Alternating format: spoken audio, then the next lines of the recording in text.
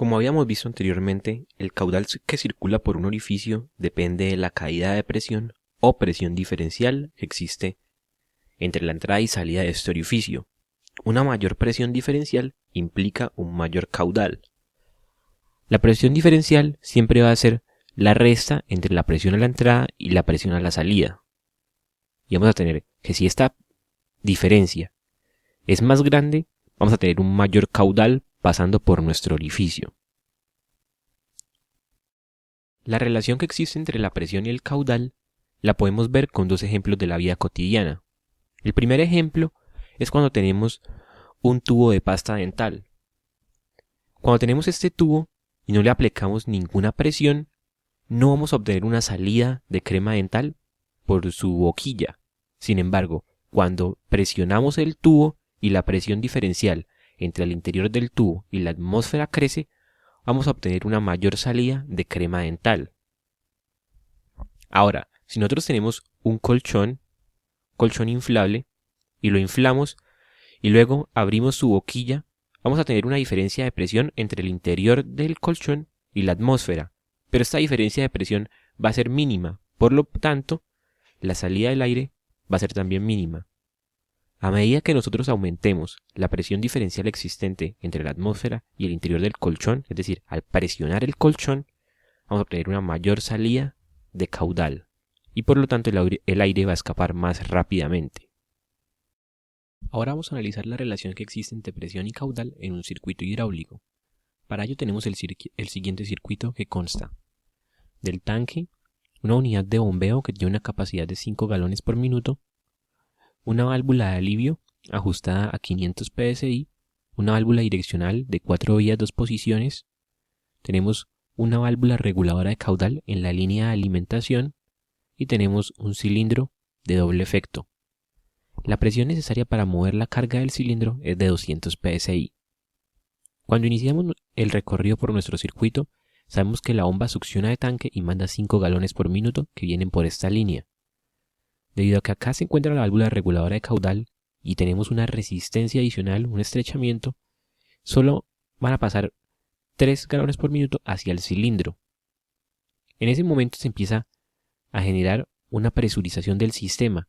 Esa presurización llega hasta 500 psi, que es el ajuste de la válvula de alivio, y en ese momento se abre la válvula de alivio y los 2 galones por minuto restantes van a pasar a tanque a través de esta válvula.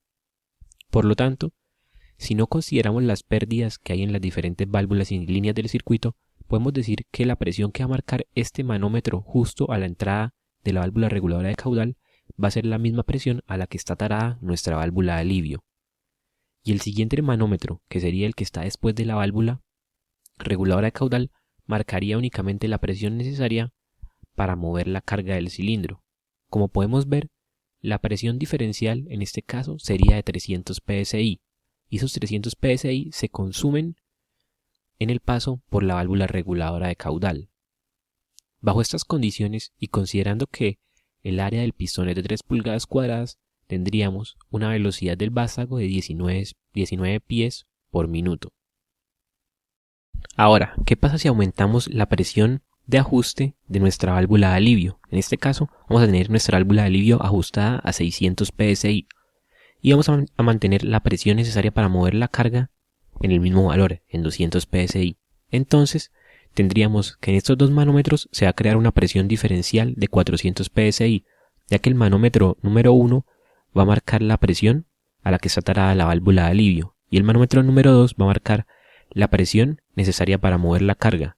Por lo tanto, la diferencia entre estas dos presiones que marcan los dos manómetros va a ser de 400 psi y esta presión va a causar que 4 galones por minuto fluyan a través de la válvula reguladora de caudal.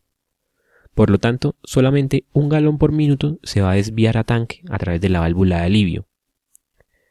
Esos 4 galones por minuto que entran a nuestro cilindro van a hacer que se aumente la velocidad. En este caso vamos a tener una velocidad del vástago de 26 pies por minuto.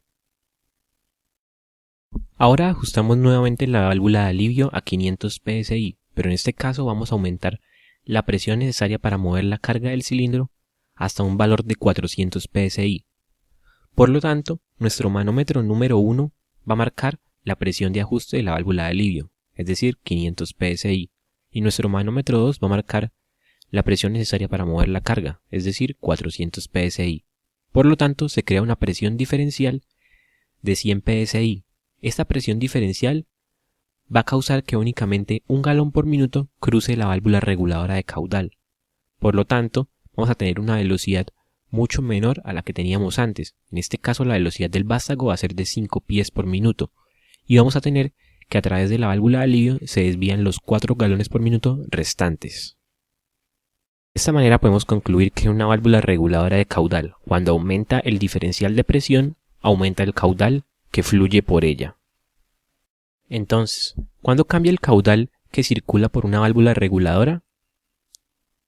1. Cuando se modifica la presión a la entrada del orificio y se mantiene constante la presión a la salida del mismo. Y 2. Cuando la presión en la entrada permanece constante, pero se modifica la presión a la salida del orificio. En ambos casos, la velocidad del actuador es alterada.